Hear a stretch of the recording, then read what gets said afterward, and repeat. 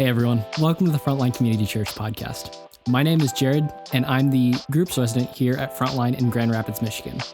Our mission is simple, to see 0 people unchanged by Jesus. And so whether you've been following Jesus your whole life or your journey has just begun, we hope that this message will help you draw near to the person of Jesus, be challenged and encouraged by his word, and be moved to action. We hope these next few moments are a blessing to you and equip you to see who God really is and who you are in him. Well, hey, good morning, Frontline. Good to see all of you. It's good to have you also if you're joining and watching online. I don't need a show of hands, but what I'm curious about in the room is how many of you have ever actually been a victim of a crime?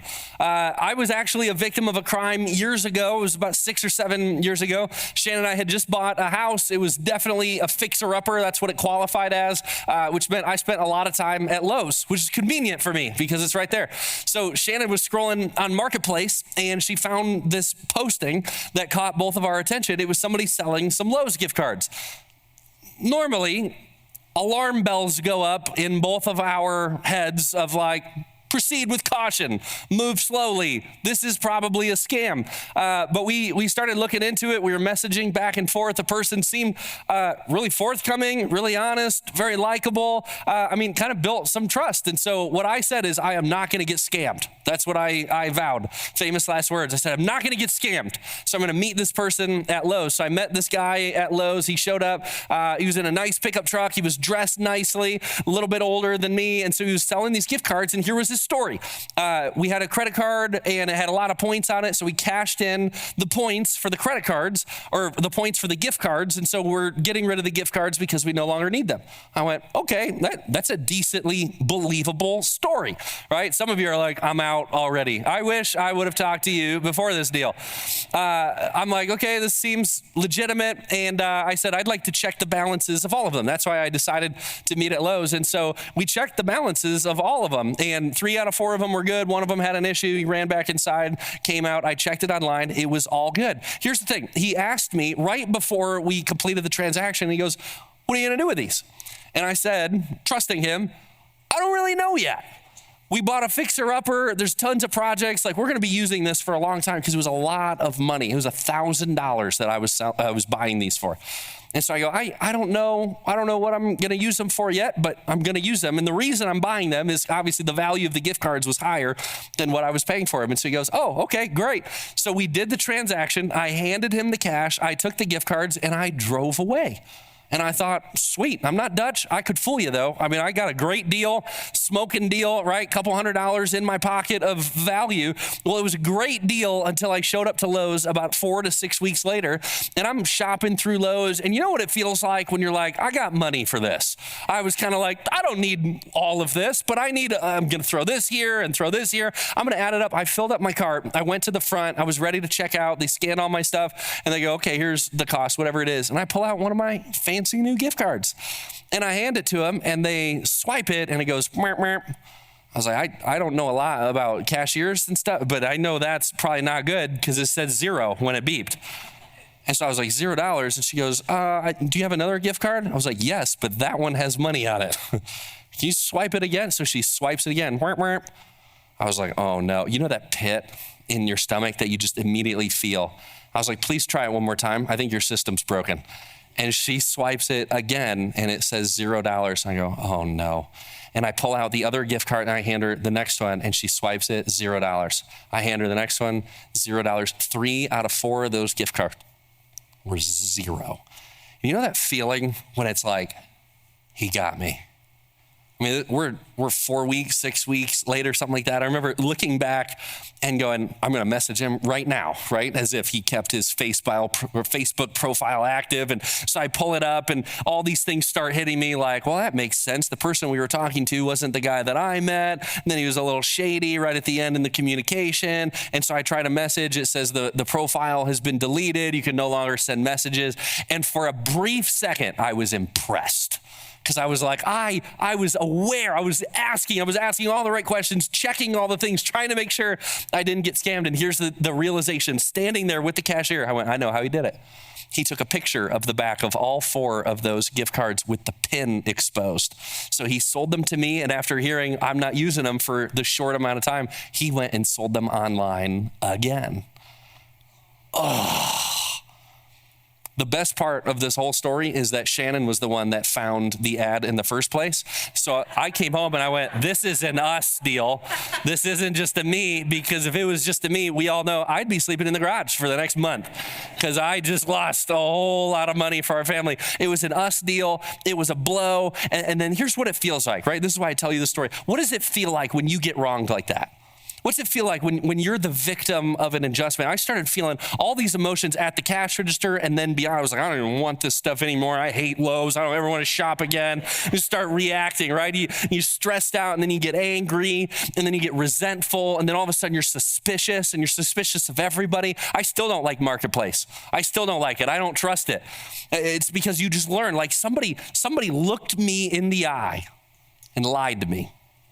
And then they took something from me. They didn't just take it from me. They took it from my family. They don't know my story. They don't know what I'm going through. They don't know how hard it was to put that money together, especially in that season when we have all of these expenses on the house. They took something from me. They wronged me. And all of these emotions, I mean, you name an emotion, I felt it in that time. Here's why I tell you all of that, right? That part of the story. That's how our friend Jonah, as we close out this series, that's how Jonah felt about the people of Nineveh.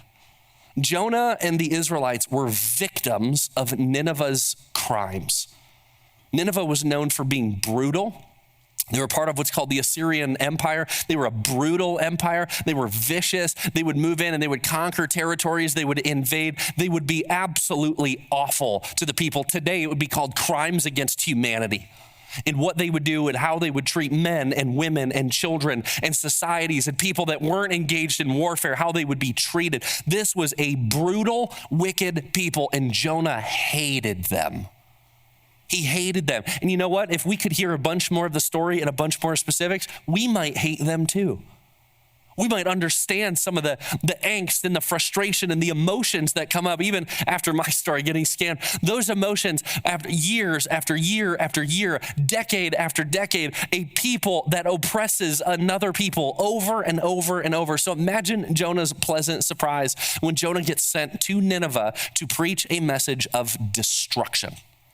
When Jonah shows up, right, I can imagine him saying, finally, this people is going to get what they're owed. Finally, justice is going to come full circle. Finally, this people is going to perish because of what they've done to me, what they've cost my people. Finally, things are going to be made right. And so Jonah goes all throughout the city and he proclaims the message that God gave him, which is 40 more days and God is going to destroy you. Can you imagine how frustrated, how angry Jonah must have been when he sees the heart change that actually takes place in his arch enemies, when their hearts actually soften towards God, when their hearts actually repent, when the whole city declares we're in a season of fasting. Take off all your fancy clothes, fancy jewelry. We're going to put on sackcloth, burlap. We're going to cover ourselves with dirt and sand and ash, and we're going to sit and we're going to demonstrate outwardly what our hearts are demonstrating inwardly is that, God, we have wronged you.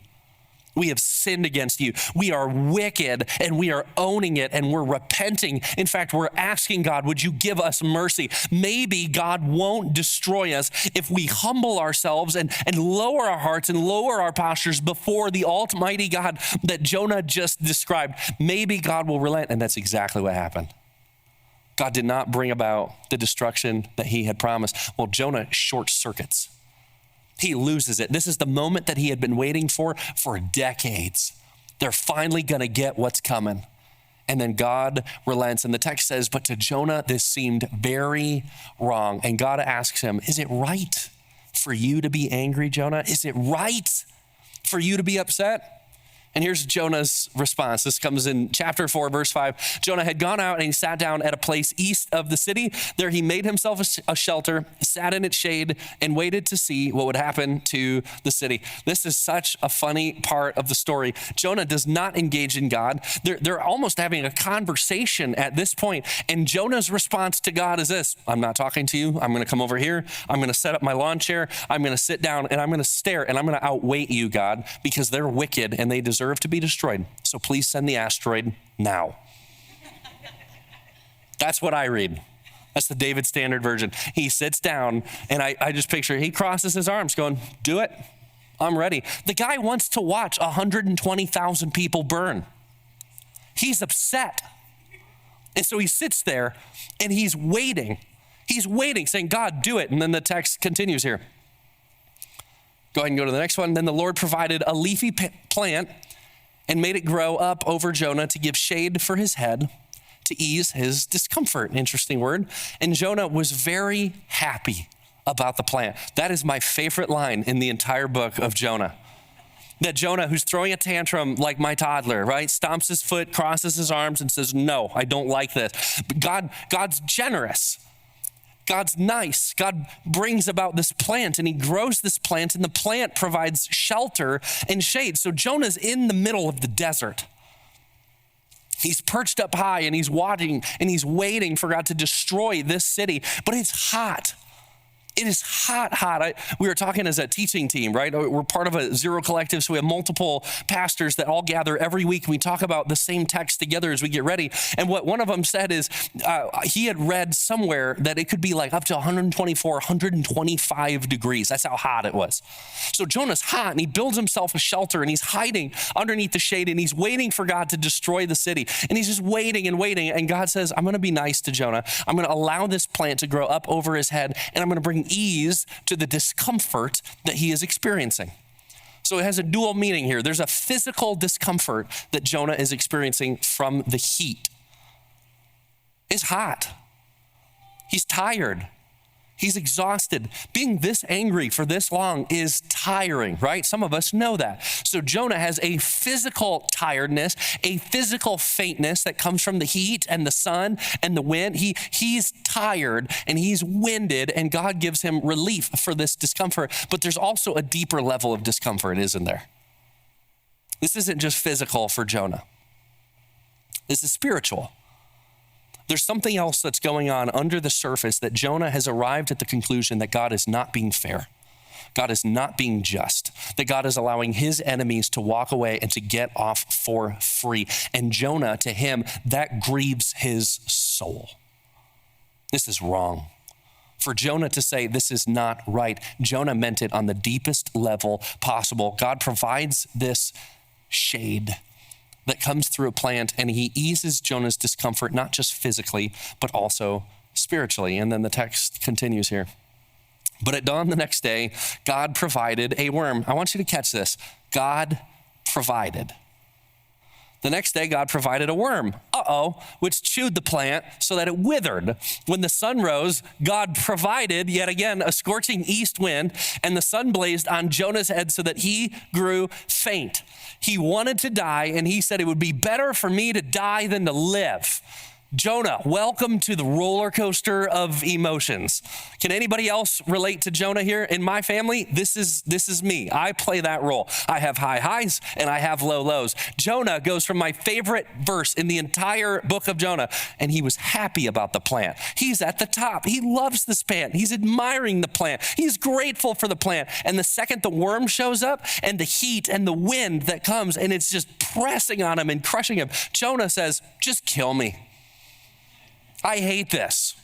I don't want to play your game anymore, God. I'd rather just watch you destroy this city. So here's Jonah's plea. God, either they die or I die. Just kill me now. It's an interesting response, isn't it? But God's doing something on purpose. The word God provided is significant. Because just like God provided the plant to ease his discomfort, God also provided for Jonah in a variety of ways that led up to this moment right now.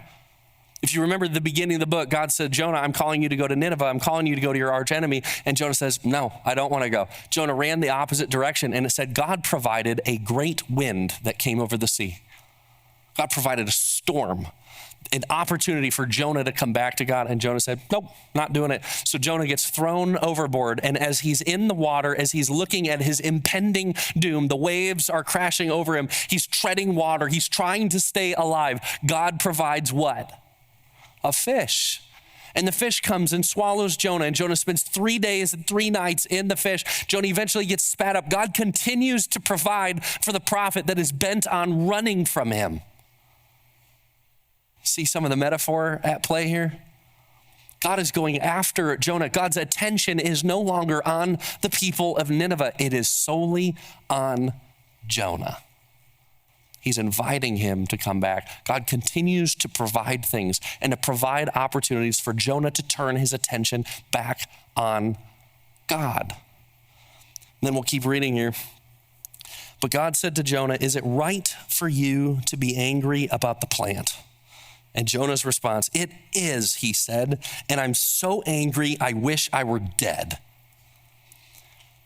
Something that I've never noticed before in this passage.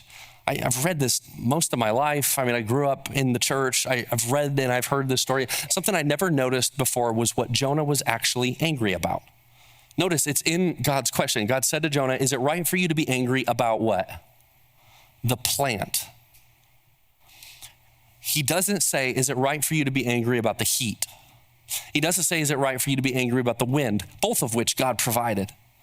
He doesn't even say, is it right for you to be angry about Nineveh? God's not talking about Nineveh right now. God's talking about Jonah. Is it right for you to be angry about the plant? The plant is significant in the story, far more significant than I ever gave it credit for, because the plant provided a covering for Jonah.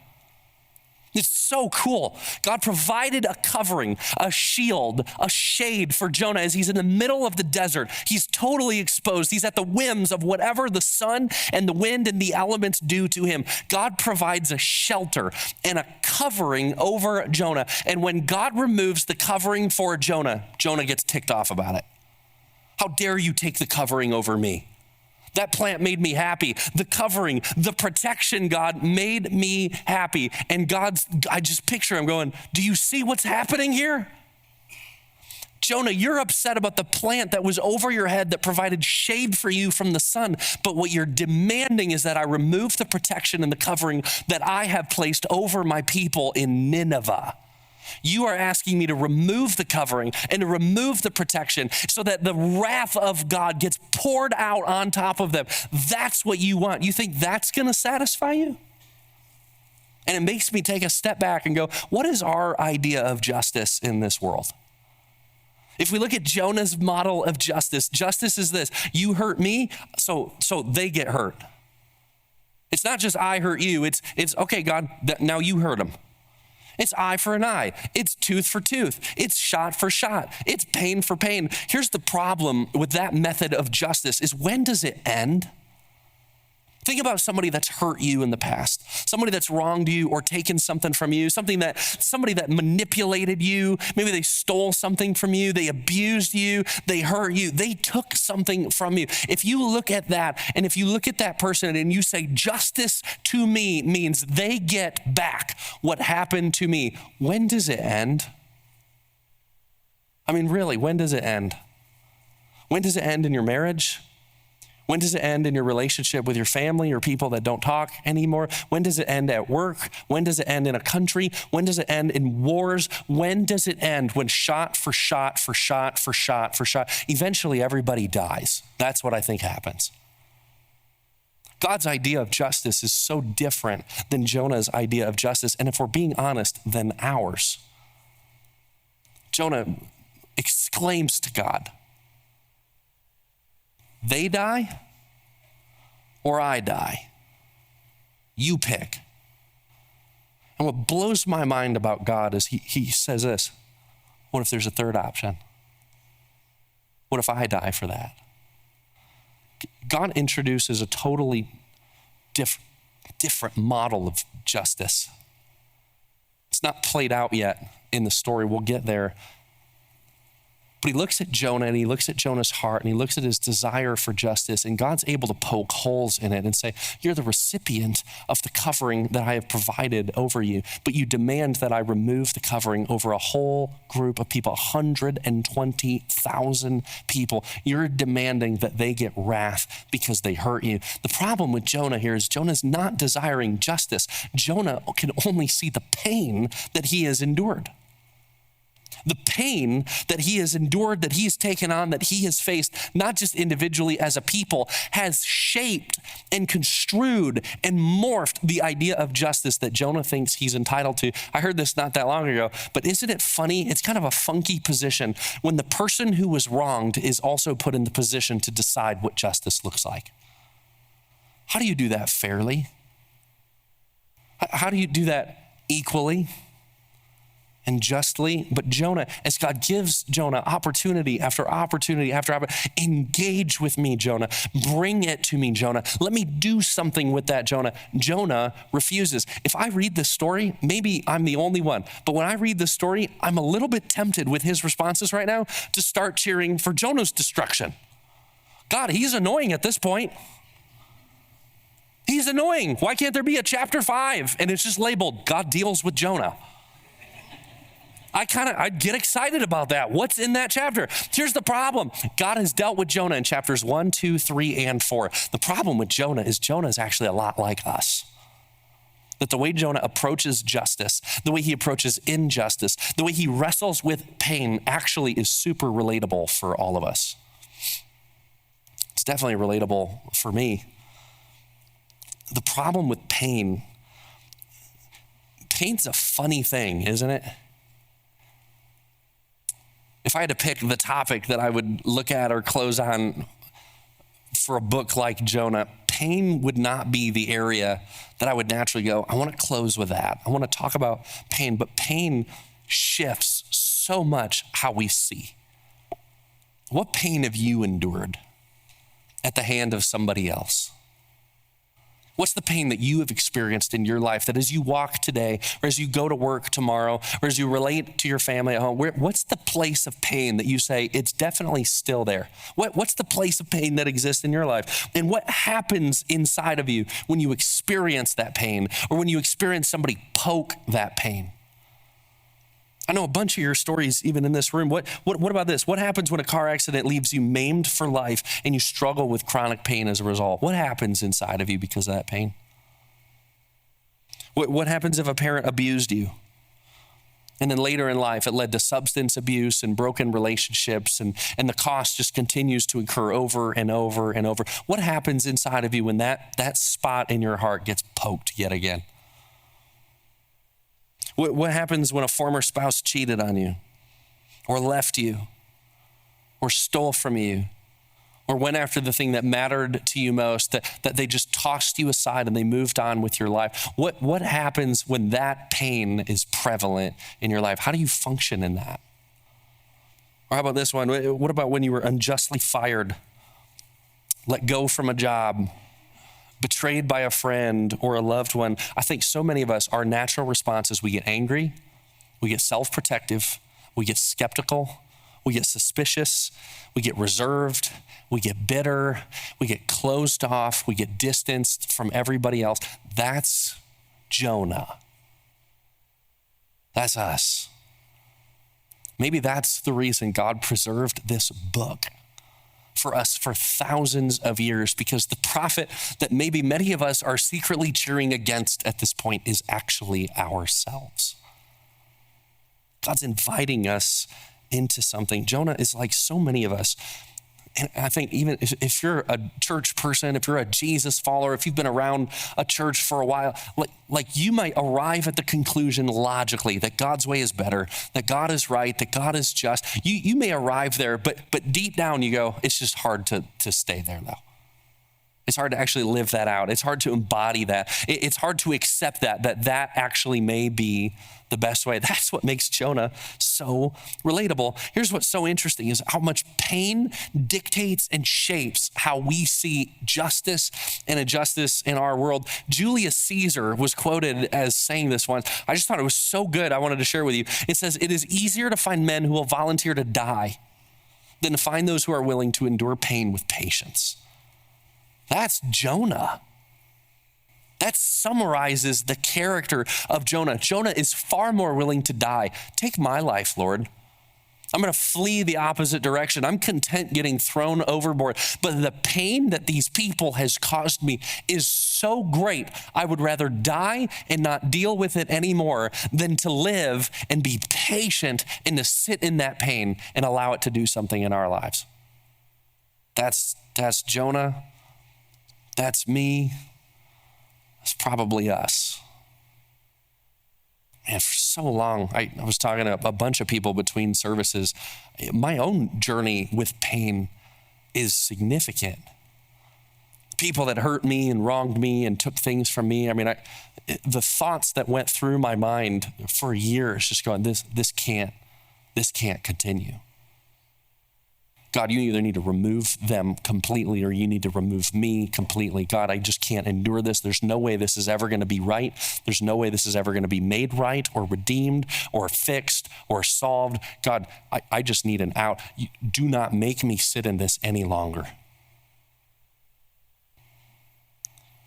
What pain do you feel? What is it right now? That if God was doing an autopsy on your heart, and he goes, I found the problem. Here's where it is. This is what is the thing that's killing you right now? Because the pain is so deep and substantial. Here's what's funny about the whole Lowe's story. By the time I figured it out, whatever, I mean, this guy was so long gone. I was sharing it with my small group at the time, and I was like, man, they got me. And of course, I was the butt of every joke about gift cards or scams for the next year. But one of them said, I feel like you should still file the police report. I was like, this is like 3 months, 4 months removed at this point. Like it's worthless. Like this, he's so far gone, there's no sense. And they really convinced me to just file it. So I did. I called the non-emergency number and talked to a sheriff's deputy. They sent a detective out to me. They took some information. Where did it happen? And what was the day, whatever. And so I gave him the info, described it, and he left. And I went, well, whatever, it was lost. In 2 weeks, I got a phone call from that detective and he goes, found him. I was like, you what? That's my tax dollars at work. I was like, you guys are fast. Like, do you do work on the side too? This is great. I got some things I could work through right now. Like, just, you could help me. He goes, here's the deal. We found him. I looked him up, went through whatever. He told me kind of some of the details of how he figured out who it was and who wronged me, whatever. It was pretty awesome how he was able to do it. And I was kind of impressed. But then he says, here's what happened is I showed up at his house. I was like, okay, imagine that for him. And he said, I showed up, I knocked on the door, he answered it, and he basically goes, got ya. He goes, what do you mean you got me? And he goes, I know what you did. I know you stole from XYZ, and here's the deal. I know you did it on this day, at this time. I know this is how you did it. I know this is how you paid for the cards. I basically got you, so admit it. And he did. He confessed to him on his own doorstep, and he goes, yep, I did do it. And he starts describing his life. Starts saying, man, I'm addicted to drugs right now. I'm trying to get off and I can't. I was in rehab or whatever. He details the story, and what he actually did was he stole from his dad. So he stole his dad's credit card, and then he went to Lowe's and he bought these gift cards, and then he stole my money, and then he took the gift cards and sold it to somebody else. I mean, it just kept going, layer upon layer upon layer. And he starts describing and crying, like, I'm gonna lose my job, and I've been in trouble with the law before, and this, like, he's a very normal guy. They just made a series of really bad decisions that got him in a place that he's really in trouble. And the police officer that's ready to put him in cuffs and take him in is standing on his doorstep. And the cop says, I'm going to help you out. I'm going to let you turn yourself in. So the detective calls me and he says, what do you want to do? You want to press charges? And what I would normally have thought would be a very clear-cut, duh, get him out of here. I don't know. Whatever I would have thought years earlier, the way that he described this guy humanized him. And I just paused. I went, I don't know what happens if I press charges. So he starts detailing, he goes to the court, and then they decide and push and judge and all that. And And I said, what happens if I don't? And he goes, well, if you don't press charges, then it gets entirely left up to the DA. So they'll review the case, they'll review the information, they get to decide what we do with it.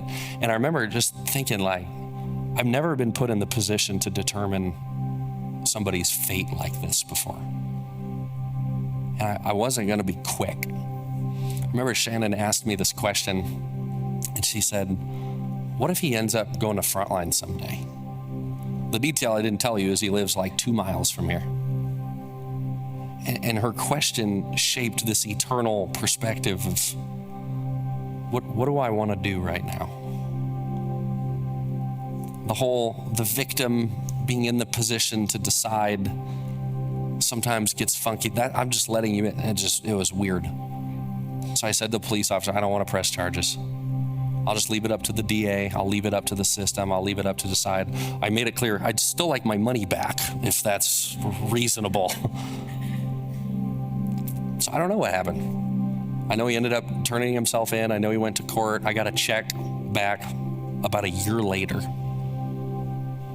But knowing what I know now, I'm so glad I made the decision that I did. Here was the perspective, is I just laid it back at somebody else's feet who's a third party, who's in a right position to decide and a right position to judge. It's the same thing that God asks us to do.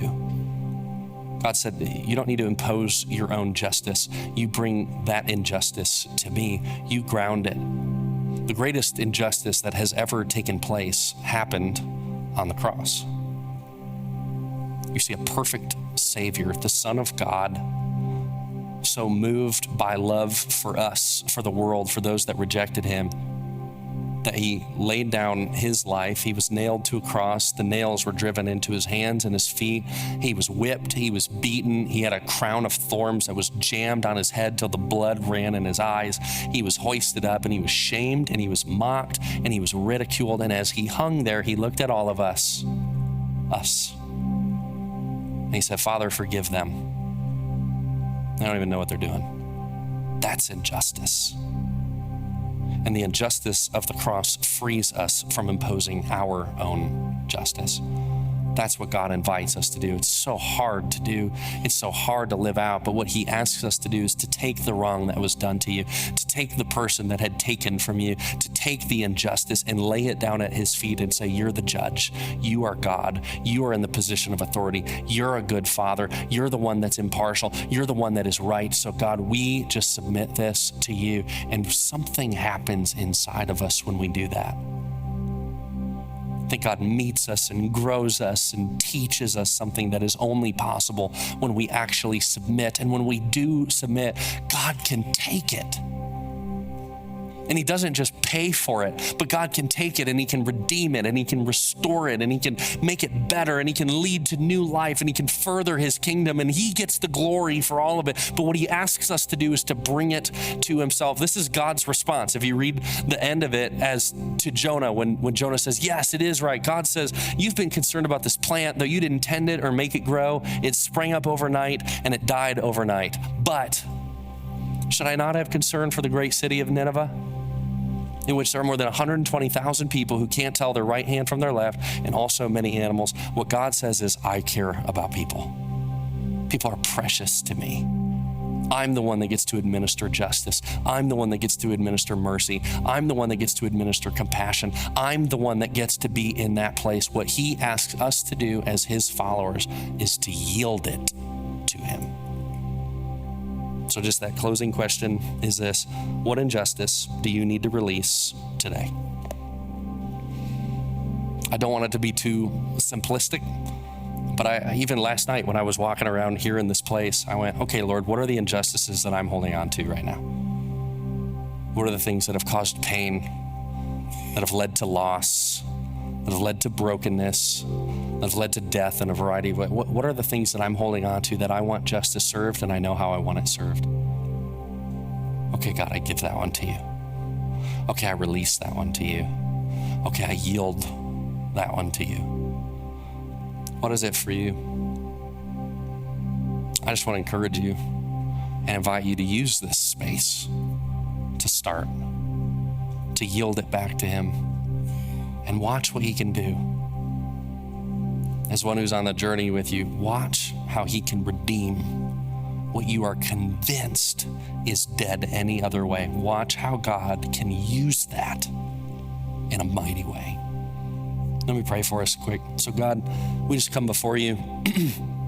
And this isn't the topic that many of us like to talk about, especially because it pokes wounds and pains and areas of our life that are very, very tender.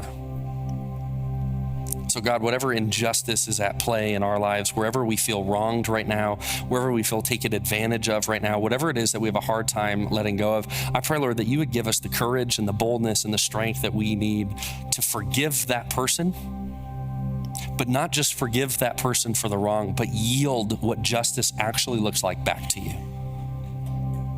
I pray, Lord, that as difficult as that may be, that you would lead us through that process, that you'd surround us with other people who can walk with us through that process. I pray that you would redeem the things that have been broken, that you would redeem the things that have gone undealt with, God, many of us for decades.